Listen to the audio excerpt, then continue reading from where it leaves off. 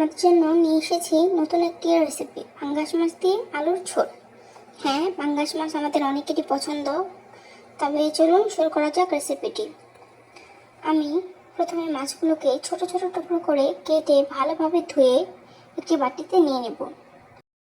এরপর অ্যাড করে দেব হাফ চা চামচ হলুদ গুঁড়ো, 1 চা চামচ মরিচের গুঁড়ো, হাফ চামচ ধনিয়ার গুঁড়ো এবং হাফ চামচ জিরার গুঁড়ো। এরপর অ্যাড করে দেব 2 চা চামচ টমেটো সস এবং 1 চা চামচ সয়া সস। এরপর স্বাদ মতো লবণ দিয়ে ভালো করে ম্যারিনেট করে আধা ঘন্টা বা 1 ঘন্টার জন্য ফ্রিজে রেখে দেব। ম্যারিনেট করে অবশ্যই রাখতে হবে যেন মশলাগুলো মাছের ভিতর ভালোভাবে ঢুকে যায়। এবার একটি কড়াইয়ে আমি পরিমাণ মতো সয়াবিন তেল দিয়ে গরম করে নেব। তেল গরম হয়ে আসলে এতে দিয়ে দেব হাফ কাপ পেঁয়াজ কুচি এবং ভালো করে ভেজে নেব।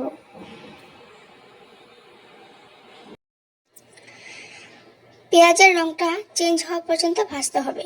যখন দেখবো আমরা পেঁয়াজের রঙটা একটু চেঞ্জ হয়েছে, হালকা ব্রাউন কালার হয়েছে, তখন আমরা এতে অ্যাড করে দেব 2 চামচ আদা রসুন বাটা। আমি একসাথে ব্লেন্ড করে রাখি তাই 2 চামচ দিয়ে দিলাম। আপনারা আলাদা দিতে চাইলে 1 চামচ আদা বাটা এবং 1 চামচ রসুন বাটা দিয়ে নেবেন। সামান্য পরিমাণ পানি দিয়ে আমি মশলাগুলোকে একটু ভালোভাবে ভেজে নেব যেন আদা রসুনের কাঁচা গন্ধটা চলে যায়। একটু সময় নিয়ে ভাজতে হবে যেন গন্ধটা পুরোপুরিভাবে চলে যায়। আসলে মশলাতে কষানোটাই মেন। কষানোটা সুন্দর হলে যে কোনো তরকারির স্বাদ কিন্তু ভালো হয়। তাই আপনারা একটু সময় নিয়ে মশলাটা কষিয়ে নেবেন। মশলাটা ভালোভাবে কষানো হয়ে গেলে আমি অ্যাড করে দেব আগে থেকে ম্যারিনেট করা পাঙ্গাস মাছগুলো। এখানে আমি এক্সট্রা কোনো মশলা অ্যাড করব না, যেহেতু আমি সব মশলা দিয়ে মাছগুলোকে ম্যারিনেট করে রেখেছিলাম, তাই এখানে এক্সট্রা কোনো মশলার প্রয়োজন পড়বে না। মাছগুলোকে একটু ভালোভাবে কষানোর পরে আমি এখানে অ্যাড করে দেব আগে থেকে কেটে রাখা আলুগুলোকে।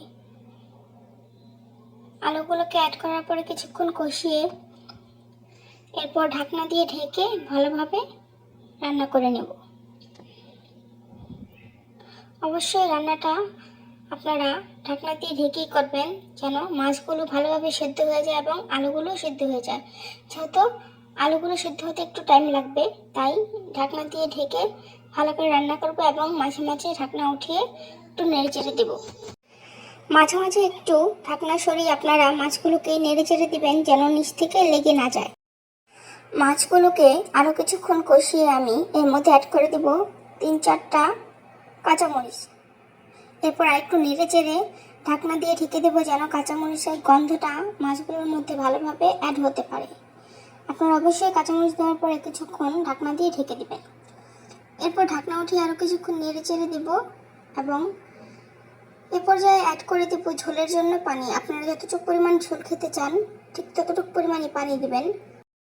আরও কিছুক্ষণ ঢাকনা দিয়ে ঢেকে রান্না করার পরে আমি মাছগুলোকে নামিয়ে নেব। মাছগুলো আমার রান্না হয়ে গেছে।